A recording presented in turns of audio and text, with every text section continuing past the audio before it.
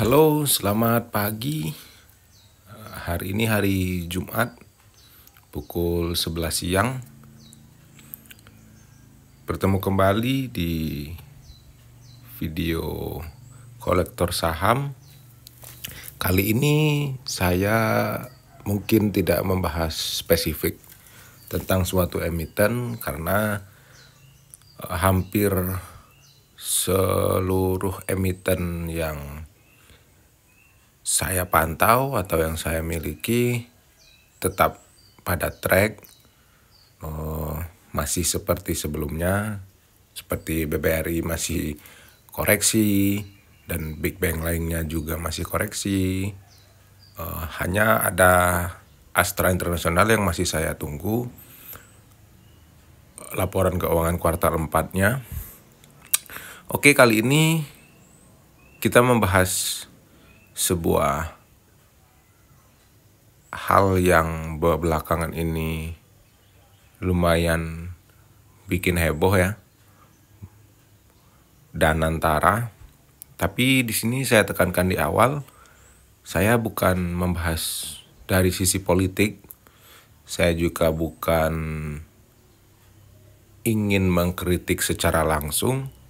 Saya hanya menyampaikan beberapa poin yang saya amati dan beberapa poin pendapat saya pada Danantara ini. Oke ya. Danantara resmi diluncurkan kalau nggak salah tanggal 24 ya, hari Senin. Ini saya kurang jelas itu. Ini seperti beberapa negara maju lain ya. Ada sebuah badan yang mengelola seluruh usaha negara menjadi satu kesatuan, dan dana tersebut kembali diputarkan entah itu di saham luar negeri atau di obligasi luar negeri atau pembangunan dalam negeri dan apapun lah. Intinya membuat dana yang dikelola tersebut kembali dikelola untuk menjadi lebih besar dan berkembang secara berkelanjutan. Sekilas terdengar sangat positif ya. Namun nanti ada beberapa pandangan saya yang membuat saya sedikit ragu, namun beberapa sisi juga saya tentu mendukung apapun yang dilakukan pemerintah. Maksudnya bukan apapun yang dilakukan ya, seperti apa yang direncanakan selama hal tersebut dalam bertujuannya baik, membuat negara ini lebih maju. Tentu saya sebagai warga negara yang baik selalu mendukung. Oke, kita coba di pembahasan pertama sedikit menjelaskan tentang persiapan atau langkah yang diambil Danantara ketika akan berdiri. Hal pertama yang dilakukan Presiden yaitu melakukan efisiensi, pemangkasan anggaran baik dari gaji ASN ataupun di kementerian dan beberapa hal lain yang bisa diefisiensikan. Salah satunya itu membuat saya sedikit agak setuju ya, karena seperti yang kita tahu dan kita lihat, saya bukan memojokkan suatu profesi, namun ada suatu profesi yang harusnya hanya diisi satu orang, namun kenyataannya ada 3 orang yang digaji di sana. Atau demi membuat suatu lapangan pekerjaan yang terus-terusan ada, itu memaksa membengkaknya APBN dalam hal gaji. Itu membuat saya sedikit setuju akan hal ini. Namun tentu dikaji dengan sangat detail, dikaji dengan sangat mendalam, karena hal ini tentu di sisi lain membuat orang yang di-cut tersebut tentu akan kehilangan pekerjaan, kehilangan pemasukan untuk keluarganya. Ya, hal-hal tersebut tentu harus menjadi pandangan utama bagi pemerintah. Dana yang dihemat diprediksi atau di total itu mencapai 750 triliun nanti dalam beberapa tahap ya. Sekitar 426 triliun itu akan dimasukkan ke Danantara sebagai modal awal, dan sisanya untuk terus mendukung makan siang bergizi gratis ya. Itu ya gimana ya, walaupun itu adalah hal baik, namun ketika kita sudah tidak mampu, bukan berarti kita harus memaksa semua orang menyetujui hal baik tersebut terus dilakukan. Alangkah lebih baiknya kita bersama mencari solusi, apakah harus ditiadakan atau bagaimana demi kebaikan bersama.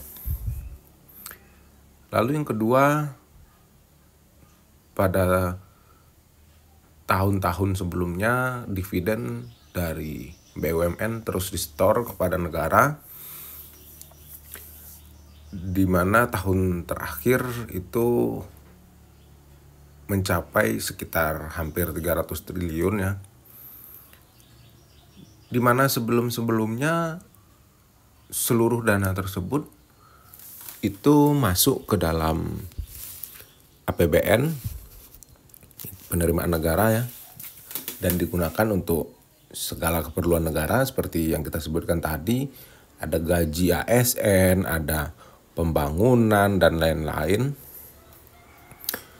Namun setelah adanya Danantara ini nanti,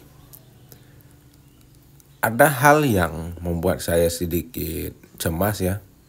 Karena selama ini yang dana dari dividen tersebut masuk ke APBN, setelah nanti ada Danantara, itu tidak masuk ke APBN lagi. Artinya secara kasarnya APBN kehilangan dana sekitar 300 triliun. Di mana 300 triliun tersebut 100 triliunnya akan diberikan kepada perusahaan kembali sebagai modal kerja, dan 200 triliunnya untuk Danantara, tentu dengan tujuan dikembangkan kembali ya. Ya, di satu sisi ketika mendengar dana tersebut ingin dikembangkan kembali, dikelola kembali, itu lumayan positif. Namun di sisi lain ketika APBN kehilangan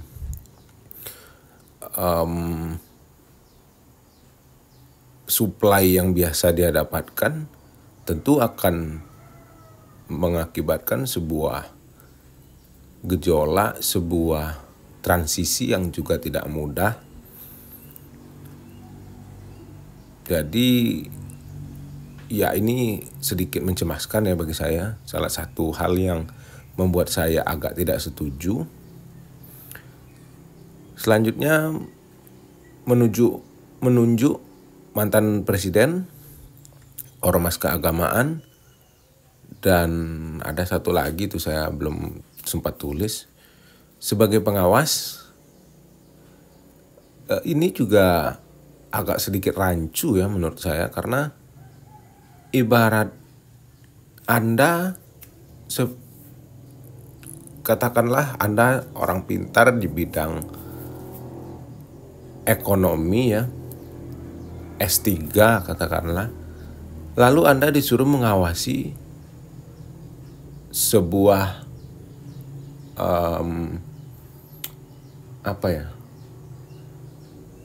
sebuah terminal atau sebuah peternakan, di mana itu bukanlah keahlian Anda, itu bukanlah job Anda, namun Anda lebih dulu dianggap pintar. Jadi itu adalah hal yang kurang tepat menurut saya ya. Lalu yang keempat, membiayai proyek dalam negeri dan investasi ya. Ya, itu masuk ke dalam poin kedua tadi ya. Ini adalah salah satu jalan Danantara nanti. Dan yang kelima yang paling membuat saya tercengang adalah unprotect bagi si pelaksana Danantara. Maksudnya begini, jika sebelumnya ada kepastian untuk membuat tekanan kepada pelaksana dalam hal-hal seperti ini ya, misal ada asabri atau ada pengelolaan dana BPJS dan lain-lain, itu mereka ditekan dalam hal ketika mereka gagal dan melakukan kesalahan, ada hukuman yang menanti dan bersifat absolut tentu dalam lindungan hukum. Namun kali ini ada pasal baru yang sedikit agak lebih melindungi pelaksana tersebut dengan dalih supaya mereka merasa lebih bebas tanpa tekanan dan mengeluarkan kemampuan investasi mereka di Danantara. Ya, intinya apapun, jika orang tersebut jujur ya, ini tentu tidak hal yang mencemaskan. Namun kita tahu kita berada di negara yang memiliki budaya korupsi yang mengakar, bahkan dari di bawah dusun hal apapun itu sudah menjadi tontonan hari-hari bagi kita semua. Itu yang saya cemaskan, karena jika hal buruk seperti yang saya bayangkan, seperti misal si pelaksana meletakkan dana di perusahaan A dan di balik layar beliau telah kong kali kong, dan harga saham di bawah turun karena si pengendali menjual sahamnya dengan jumlah yang besar. Dan sebelumnya setelah Danantara masuk ke perusahaan tersebut, sahamnya sempat terbang. Tentu si pengendali merealisasikan keuntungan dan bisa saja memberikan komisi kepada si pengelola Danantara tadi. Itu yang saya takutkan, karena di sini penekanannya jika investasi menurun dan melakukan kesalahan itu mendapat toleransi dan tidak ada hak KPK dan BPK untuk intervensi dan melakukan investigasi. Itu adalah hal yang sangat mengerikan ya. Ya, semoga tidak terjadi, namun bayangan saya sebagai orang bodoh saja, hal tersebut terbaca begitu mudah, dan itu salah satu jalan bisa untuk mengambil kepentingan atau keuntungan pribadi. Ya, semoga jangan sampai terjadi lah ya. Namun susah ya kalau ngomongin soal begini. Lanjut. Ini ada beberapa pandangan saya juga. Kalau tadi bisa kita katakan data ya. Yang pertama, ini pendapat saya, setiap kebijakan selalu memiliki dua sisi mata uang. Ya seperti yang saya katakan tadi, kita hanya perlu orang jujur, karena orang berilmu, orang pandai pun justru kalau tidak jujur malah membuat hal buruk itu semakin besar ya. Karena dia tentu akan lebih lihai untuk memainkan permainannya. Dan saya percaya setiap kebijakan itu dibuat bertujuan dengan hal baik, dengan keinginan untuk memajukan bangsa ini. Namun di sisi lain, birokrasi dan pelaksanaannya sering mengecewakan ya. Mulai dari penunjukan objek atau penunjukan orang sebagai yang akan melaksanakan, seperti yang kita bahas tadi, orang yang dianggap pintar padahal bukan bidangnya, atau orang yang memang di bidangnya namun tidak jujur. Ya itulah yang seringkali membuat aura atau harapan positif tadi itu sirna. Pada ujung-ujungnya menjadi hal buruk, tidak seperti yang diharapkan. Dan yang ketiga, ini menurut saya seperti hal besar yang terkesan tanpa konsep. Kenapa demikian? Karena kita tahu dana kelolaan dan antara ini nantinya akan berkisar di 14.000 triliunan ya.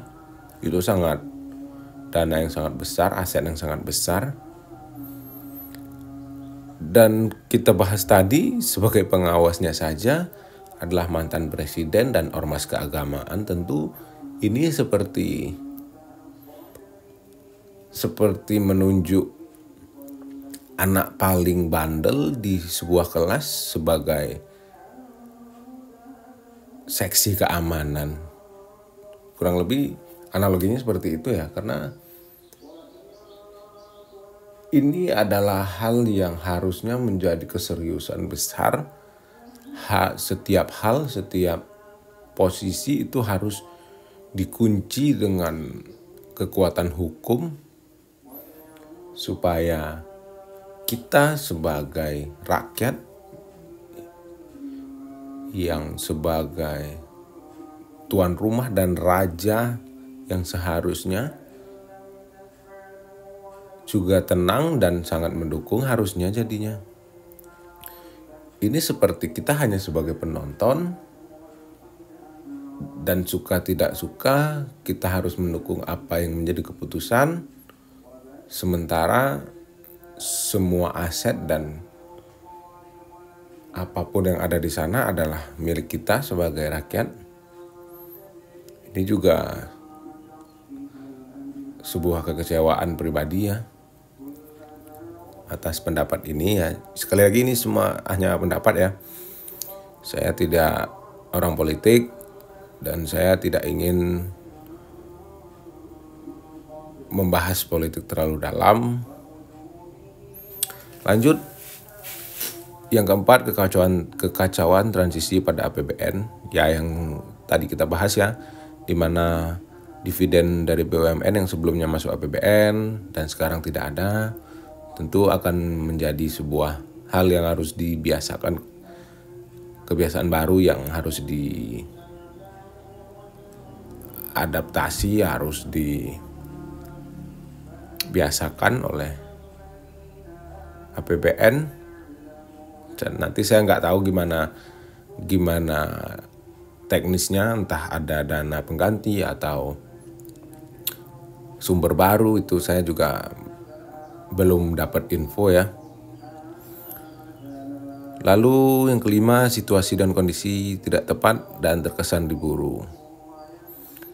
Ya, dan antara hadir terkesan kita sebagai penonton ya, seperti malam kepikiran, pagi langsung kita rencanakan.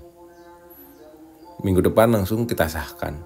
Seperti itu ya di pikiran bodoh kita atau saya lah. Dan kondisi yang tidak tepat maksudnya kita tahu kita sedang berada di dalam jurang deflasi dan semakin bulan semakin memburuk, di mana inflasi terakhir hanya 0,7%, di bawah 1% ya. Daya beli yang begitu sangat lemah ya, yang digambarkan dari inflasi serendah itu. Lalu dengan adanya hal ini kita semakin seperti tidak dianggap, sedang susah juga harus dipaksa untuk menonton ini, seru, harus ya begitulah. Lalu yang keenam, berpotensi munculnya gejolak ya. Memang dalam hal ini ketika semua hal yang saya sebutkan tadi tertahan dalam dada rakyat, ada satu kesalahan kecil saja di perjalanan dan antara nanti tentu akan mudah membuat gejolak, membuat gerakan, membuat situasi tidak kondusif. Itu dengan sangat mudah ya. Pasti mereka gampang tersulut emosi. Yang ketujuh, pemangkasan anggaran ekstrim memiliki dampak luas. Ya, yang seperti tadi itu ada keluarga yang di PHK tentu merasakan akibat, merasakan perubahan yang terjadi pada sumber pendapatan di keluarganya.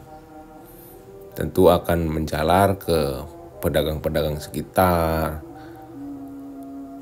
ke pemilik kontrakan, ya namanya ekonomi ya, semua saling berkesinambungan. Itu akan menciptakan sebuah krisis dalam keluarga tersebut.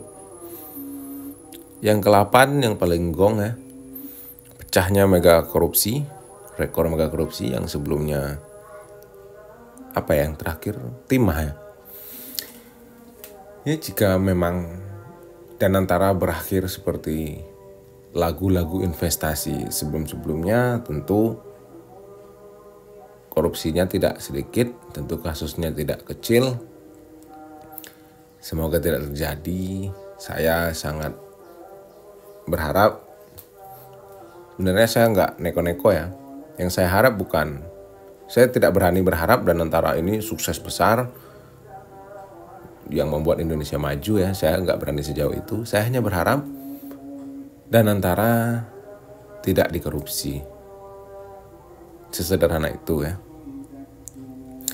Yang ke-9, menurutnya kepercayaan investor, khususnya investor asing. Tentu dalam setahun terakhir kita melihat investor asing bukanlah orang yang bodoh atau minim informasi. Tentu mereka lebih tajam dibanding kita ya, investor retail. Tentu mereka sudah membaca sebuah bayangan yang mereka prediksi, dan mungkin outflow dalam beberapa waktu terakhir menunjukkan ketidaksetujuan mereka terhadap kebijakan-kebijakan baru yang akan mempengaruhi ekonomi menurut mereka. Lalu ya sepositif apapun kebijakan tersebut, ketika orang tidak setuju ya itu kita tidak bisa memaksakan dan kita tidak bisa marah. Ini terjadi kepada investor asing kali ini. Jika kita bersikeras bahwa ini adalah hal positif, namun mereka tidak setuju, ya kita mau gimana ya.